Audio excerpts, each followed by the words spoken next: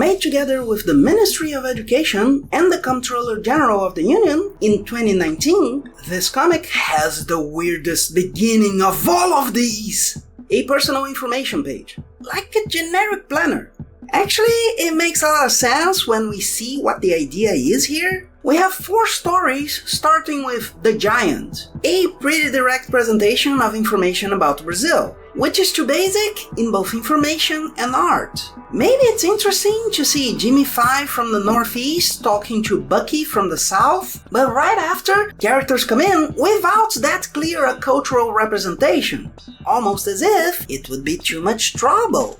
Am I the only one who thinks it's weird we have Monica introducing a white kid like she's not? Or that we have a temple whose roof is covered in straw? Then Mr. Souza and Mr. 5 hold hands, and they're the only ones who know how? And then we have women in front of them, and they didn't think their arms needed to make sense, as in Atlas, so I end up thinking it's poorly done, you know?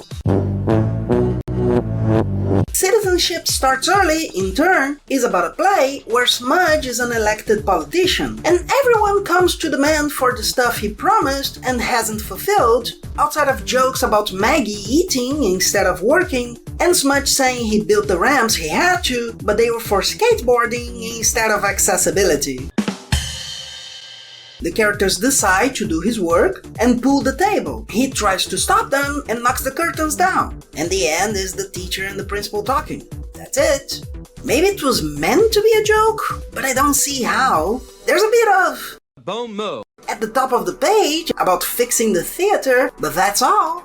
There's barely anything here. I like the curtains on the sides during the play, but it's just the people can make politicians work without anything else. Story of a Life, on the other hand, tells of a politician confronting Lady Macbeth and taking her clothes off, which sounds better than what it's like. The panel is quite dull. He pulls a halo right after, at least, which is fun. However, it's all presented worse than the kids' play. There, at least, it seems like he didn't want to work. Here, it looks like he just stole and didn't know it was bad, instead of abusing the system and clearly having to know what he was doing to be able to do it. He's at least arrested, but they just elect another one, and it all magically works out because now the people kept track of how the public money was being used. It's not like we couldn't even do anything in a lot of the time. You who work all day and fall on your bed exhausted when you get home? Yeah, it's your fault. Poor politicians, they just don't know what they're doing.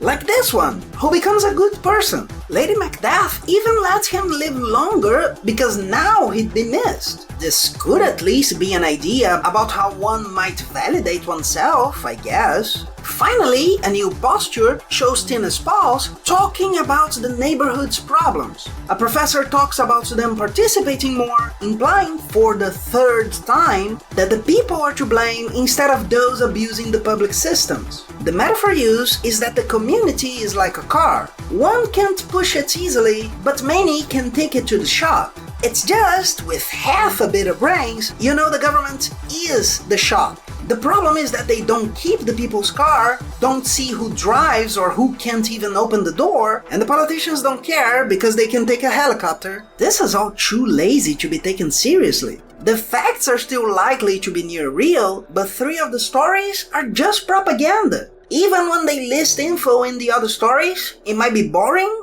but it's there and can be read. This isn't worth anything. Please don't you forget to subscribe and hit the bell.